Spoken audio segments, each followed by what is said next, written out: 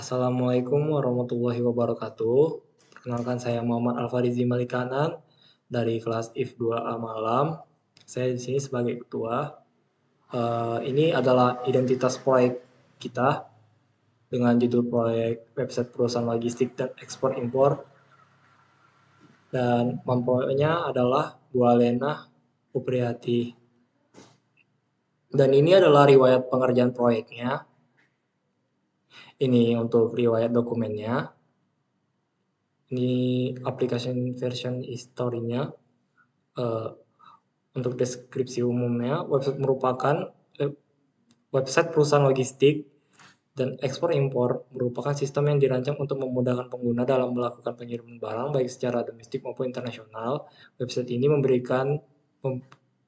memberi akses bagi pengguna untuk melakukan pemesanan pengiriman barang dengan mudah dan efisien. User stories adalah metode dalam pengembangan perangkat lunak yang fokus pada kebutuhan pengguna.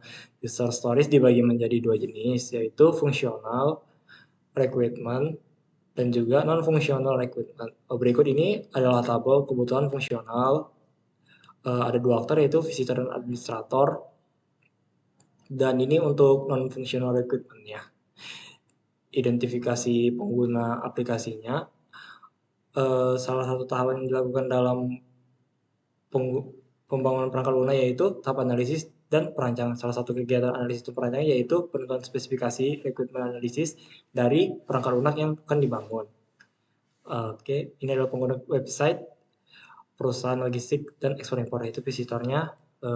Deskripsinya, visitor adalah pengguna yang menggunakan website untuk melihat profil perusahaan, produk dan jasa maupun lowongan pekerjaan. Tujuannya untuk memberikan informasi seputar perusahaan dan juga lowongan pekerjaan yang disediakan oleh perusahaan untuk para visitor. Aksesnya, visitor dapat mengakses website melalui link yang disediakan perusahaan melalui sosial media perusahaan. Untuk dapat mengirimkan berkas atau melamar pekerjaan, visitor harus memiliki akun dulu dengan cara mendaftar terlebih dahulu. Interaksinya, visitor dapat berinteraksi dengan website melalui berbagai fitur yang tersedia seperti melihat halaman beranda website, melihat produk. Saat ingin akses halaman karir, pengguna harus memiliki akun terlebih dahulu.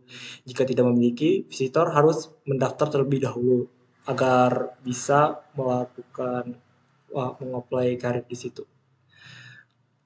Untuk administratornya, administrator adalah pengguna yang memiliki akses dan wewenang khusus dalam mengelola dan mengontrol sistem. Tujuannya juga, administrator bertujuan untuk mengelola dan mengontrol sistem. Aksesnya, administrator dapat mengakses sistem aplikasi dengan menggunakan akun login yang telah terdaftar dan terverifikasi.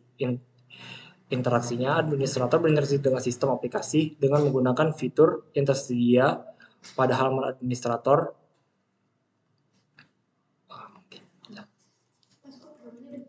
Apa sih? Teknik sampel. Teknik sampling yang digunakan yaitu stratified sampling dalam teknik ini.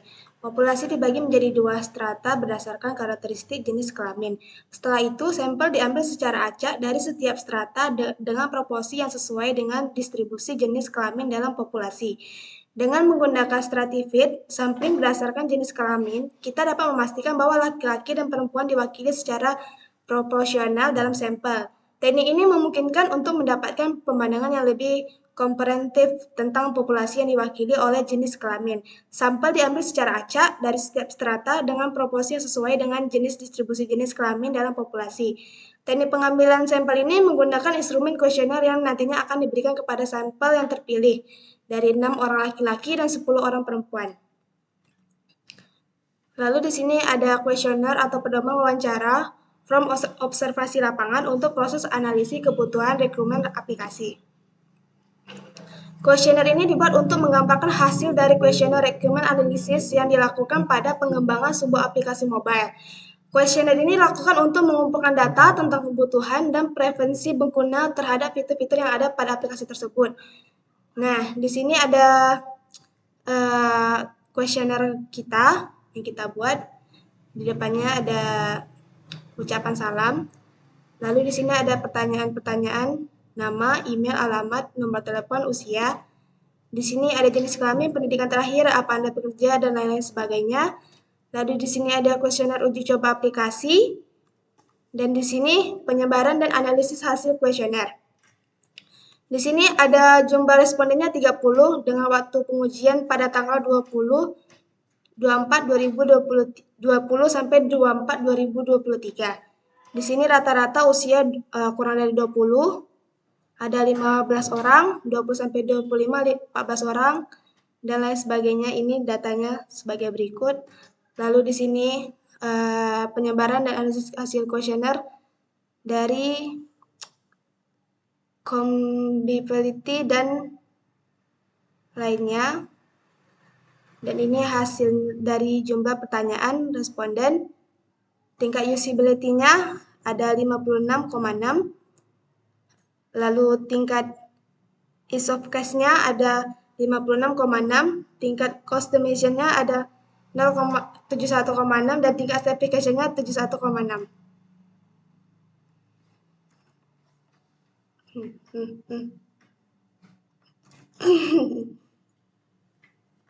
Oke, di sini saya ingin menjelaskan pengujian hipotesis data. Kami menggunakan hipotesis dasar dengan uji ANOVA. Kasus pengujiannya yaitu kami telah menyebarkan kuesioner pengujian aplikasi Grid Group Indonesia kepada beberapa mahasiswa yang menjadi sampel dalam kasus uji yang akan kami lakukan. Di mana sampel yang kami ambil sebanyak 30 orang yang dalamnya berisi penilaian skala Likert dari 5 sampai 1. Kami ingin mengetahui tingkat-tingkat kesetujuan atau kesukaan dari penguji yang telah menjadi sampel dengan cara mengumpulkan data tersebut ke dalam sebuah tabel dan menghitung rata-ratanya. Kami mendapatkan hipotesis awal dengan rata-rata kesukaan mereka bernilai 2,5. Berikut pengujian hipotesis nilainya A5%. Hasil penilaiannya adalah A5%, hasilnya 2,5 dan HA-nya itu 2,5.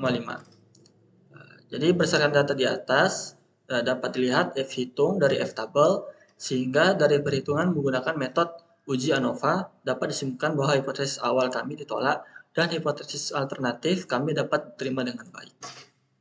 Dan di sini ada skenario use case-nya, gambar dari skenario use case. Pada aplikasi web Grid Group Indonesia terdapat dua pengguna, yaitu admin dan visitor. Pada diagram use case di bawah ini dijelaskan fitur-fitur apa saja yang dapat diakses oleh admin dan visitor serta skenario use case-nya. Di sini ada gambar IRD-nya dan ini skema relasinya. Untuk hasil implementasi bahasa pemrogramannya, ini konsep pemrograman berorientasi objek PHP. Dengan contoh ini untuk shape product. Dan ini untuk implementasi basis datanya. Tabel-tabel yang sudah kita buat, ini untuk admin, career, kategori,